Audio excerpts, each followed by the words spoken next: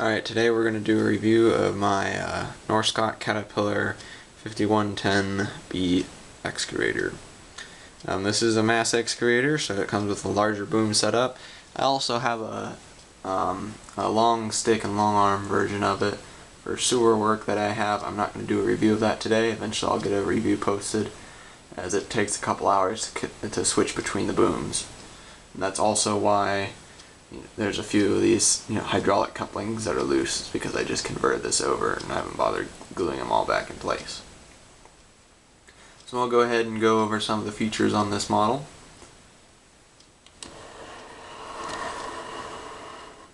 Alright, starting with the rear and the top, we have quite a detailed engine hood here. We've got some nice grilled, there's vents here, and then you get your dual exhaust and dual air intake, and you've got, of course, you get your counterweight hooks here, which look very nice. Better shot of those counterweight hooks right there.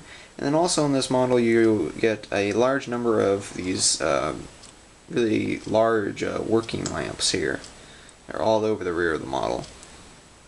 Personally, I kind of like them. Some people say they don't like having them all around, but I think it'd be great if the machine was working at night. And of course the counterweight is very large for this model. This is a 110 metric ton machine, and so the counterweight's quite hefty for it. Coming around to this side, none of the doors open on this model, unfortunately, but it is a Norscot model, so it's got some, but they are still replicated well with small hinges and latches along here. It's just all casted detail, and of course all your painted decals are nice and crisp. Also on this side replicated, you have your I believe this is the hydraulic cooling unit. It's nicely replicated here.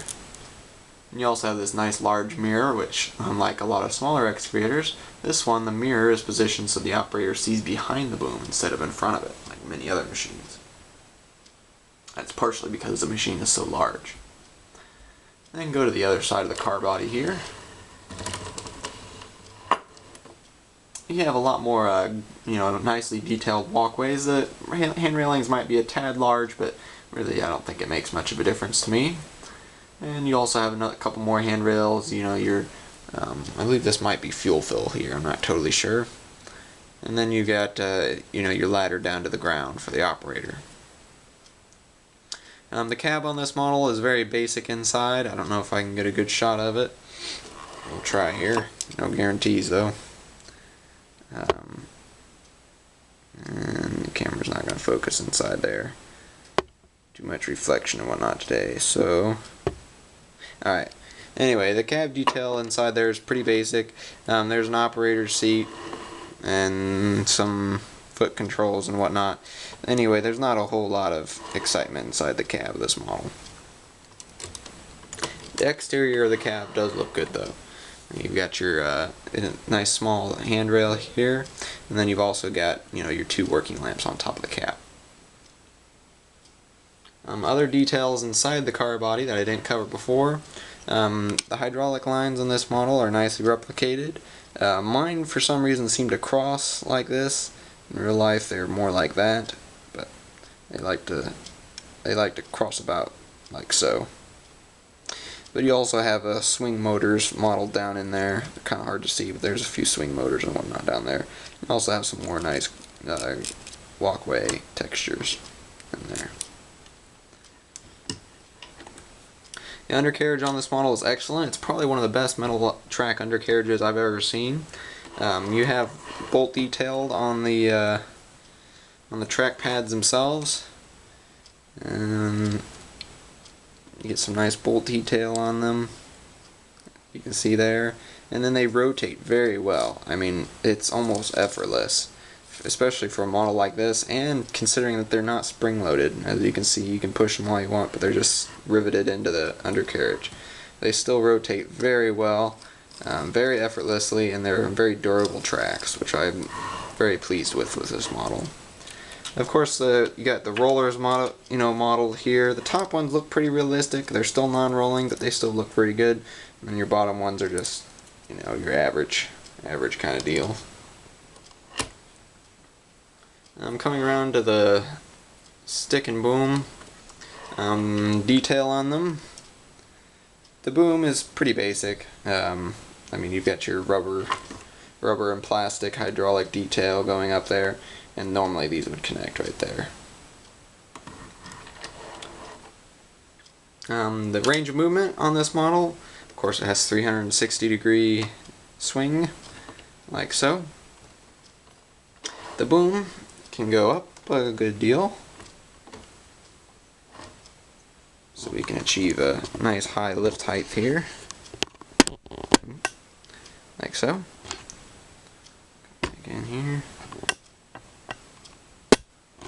And then the boom can also go down a fair ways for digging depth purposes. I modified mine a little bit. I'll show you what stock digging depth was, and then I believe stock digging depth was somewhere around in there, which is, very deep. I modified mine so it goes down just a tad more, just because I could. You don't have to. It's got plenty of digging depth as it is. I'll show you what that looks like in inches.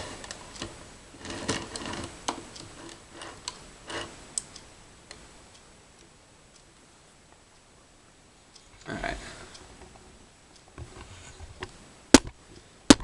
Sorry, my tripod isn't very good today. In terms of inches, it's about 6.5. Spot on 6.5.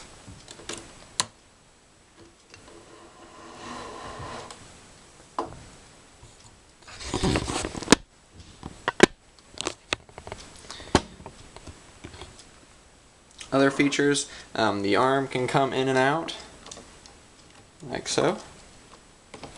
And it can come in and out a long ways. And then bucket curl on this model is also very good.